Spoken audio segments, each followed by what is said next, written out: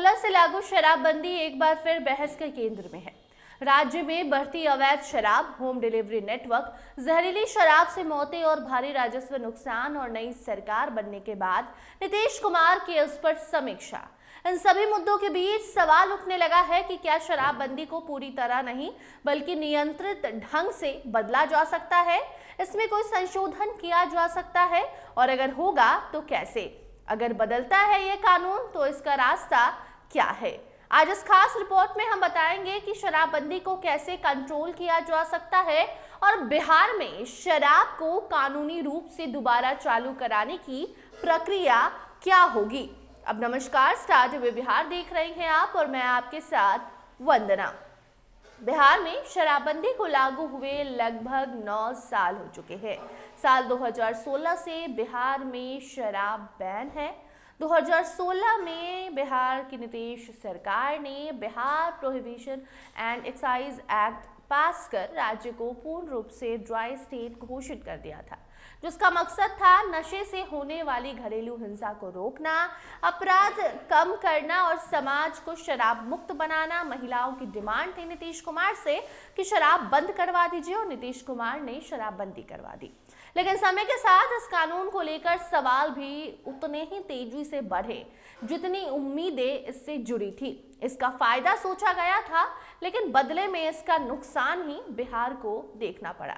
जो यहाँ सबसे बड़ी चिंता राजस्व की हुई। शराबबंदी से पहले बिहार को हर साल करीब 3000 करोड़ रुपए से ज्यादा का टैक्स मिलता था, लेकिन 2016 के बाद ये कम होकर लगभग शून्य के बराबर हो गया। विशेषज्ञों का दावा है कि अगर शराब बिक्री फिर से शुरू होती है तो बिहार हर साल लगभग 6000 करोड़ रुपए तक की कमाई कर सकता है, जिसका फायदा बिहारियों को होगा। जो स्वास्थ्य, शिक्षा और महिलाओं की सुरक्षा जैसी योजनाओं में वो कमाई लगाई जाएगी तो इसका साफ फायदा महिलाओं को भी होगा। इसके साथ ही अवैध शराब का कारोबार, काला बाजार और नेटवर्क, जहरीली शराब से हो रही मौतें, इन समस्याओं ने शराबबंदी की छवि को और भी सवालों के घेरे में डाल रखा है। इन सभी कारणों से अब राज्य में ये चर्चा तेज है कि क्या शराबबंदी को कंट्रोल करके दोबारा शराब की बिक्री शुरू की जा सकती है और इसका रास्ता क्या होगा। तो सबसे पहला कदम होगा कानून में बदलाव। जी हाँ, क्योंकि शराबबंदी सिर्फ एक सरकारी आदेश नहीं बल्कि विधानसभा में पास किया गया एक कानून है। इसीलिए शराब को आंशिक रूप से भी चालू करने के लिए सरकार को Bihar prohibition and excise act में संशोधन लाना होगा, यानी कि इस कानून को बदलना होगा। कानून खत्म नहीं किया जाता है कभी भी। इसके लिए सरकार विधानसभा में एक अमेंडेड बिल पेश करेगी, उस पर बहस होगी और बहुमत से पास होने के बाद ये राज्यपाल को मंजूरी के लिए जाएगा। राज्यपाल की सहमति अगर इस पर मिलती है तो शराब नीति में बदलाव लागू किया जाएगा। उसके बाद बिहार से शराबबंदी कानून को खत्म नहीं किया जाएगा, लेकिन इसमें संशोधन जरूर हो जाएगा। अब दूसरा बड़ा कदम होगा शराब बिक्री के लिए कंट्रोल्ड मॉडल चुनना। आपको बता दें कि कई राज्यों ने शराब पर ढीली पाबंदियों के साथ मजबूत नियंत्रण बनाए रखे हैं, यानी कि शराब वहां मिल रही है, शराब लोग पी रहे हैं, लेकिन कंट्रोल के साथ। बिहार भी इन मॉडलों में से किसी एक को अपनाकर शराब को सीमित तरीके से शुरू कर सकता है। आने वाले समय में ये आपको बिहार में भी देखने को मिल सकता है, जिसमें कंट्रोल्ड मॉडल में कुछ नियम शामिल हो सकते हैं। शराब सिर्फ सरकारी दुकानों के माध्यम से बेची जाए, शराब वहां मिले जहां उस दुकान के पास लाइसेंस हो, बेचने का समय तय किया जाए, जैसे कि शाम 5 से रात 9 बजे तक। ग्रामीण इलाकों में अलग नियम बनाए जाए और शहरी इलाकों में इसके लिए अलग नियम बनाए जाए। इसके साथ साथ कुछ जगह को ड्राई स्पेस भी रखा जाए, यानी कि ड्राई जोन में रखा जाए। इसमें मंदिर, स्कूल, हॉस्पिटल, ऐसे जगहों में 100 से 500 मीटर तक ड्राई जोन घोषित होना चाहिए, यानी कि उन जगहों पर लोग शराब नहीं पी सकते हैं, आसपास भी नहीं। शराब पीकर गाड़ी चलाने पर जीरो टॉलरेंस कानून रखा जाए। हर बोतल पर QR कोड और GPS ट्रैकिंग हो। इन सभी उपायों को अपनाकर यह सुनिश्चित किया जा सकता है कि शराब की बिक्री नियंत्रित भी रहे और अवैध व्यापार कम भी हो। विशेषज्ञों की माने तो शराबबंदी का सबसे बड़ा नकारात्मक प्रभाव कानून व्यवस्था पर पड़ा है। तस्करी पर रोक के लिए पुलिस बल का एक बड़ा हिस्सा इसी काम में बिहार में 2016 से लगा हुआ है। अगर शराब नियंत्रित लाइसेंसिंग के साथ भी फिर से शुरू हो जाए तो पुलिस का जो बोझ है वो कम होगा और अवैध कारोबार है वो भी टूटेगा।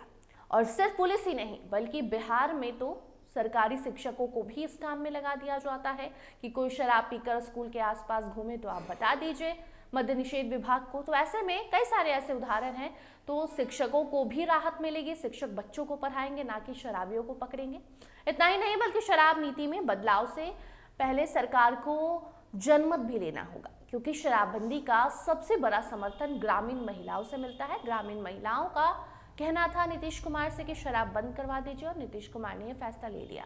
इसी कारण किसी भी बदलाव को लागू करने के पहले सोशल इम्पैक्ट असेसमेंट और पब्लिक ओपिनियन काफी अहम रखता है, यानी कि पब्लिक क्या चाहती है, महिलाएं क्या चाहती हैं। और बिहार में इस विधानसभा चुनाव के दरमियान जब गांव-गांव में नीतीश कुमार जा रहे थे या गांव की महिलाओं की बात हम और आप सुन रहे थे, तो ये सुनने में आया कि शराबबंदी खत्म होनी चाहिए क्योंकि इसका कोई फायदा है नहीं बिहार में।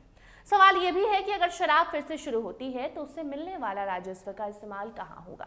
कई राज्यों ने शराब से मिली कमाई को महिलाओं की सुरक्षा, शिक्षा, हेल्थ केयर और नशा उन्मूलन कार्यक्रमों पर खर्च करने की घोषणा की है। बिहार में ऐसा मॉडल अपना सकता है जिसमें एक एक रुपए का हिसाब पब्लिक किया जाए। लोगों को पता हो कि शराब बंदी में जो बदलाव है उसका जो पैसा आ रहा है, कमाई है, वो कहाँ खर्च किया जा रहा है। कुल मिलाकर कहा जाए तो बिहार में शराबबंदी को हटाना सिर्फ एक राजनीतिक फैसला नहीं बल्कि एक कानूनी, सामाजिक और प्रशासनिक प्रक्रिया है जिससे सरकार को गुजरना होगा। वक्त लगेगा, पहले समीक्षा करेंगे नीतीश कुमार, उसके बाद ये सारी चीजें अपनाई जा सकती है। सरकार चाहे तो शराबबंदी को पूरी तरह हटाए बिना भी कंट्रोल्ड तरीके से शराब की बिक्री बिहार में शुरू करा सकती है, लेकिन ये तभी संभव है जब कानून में संशोधन, कड़े नियम, तकनीकी निगरानी और जनमत सभी पहलुओं को ध्यान में अगर सरकार रखती है तभी ये हो पाएगा। बिहार में शराब लोग पी पाएंगे। तो क्या बिहार में शराबबंदी के 9 साल बाद एक नई शराब नीति की शुरुआत होगी? क्या नई सरकार बनने के बाद इस नए मॉडल को अपनाया जाएगा और दोबारा से बिहार में शराब की बिक्री शुरू होगी?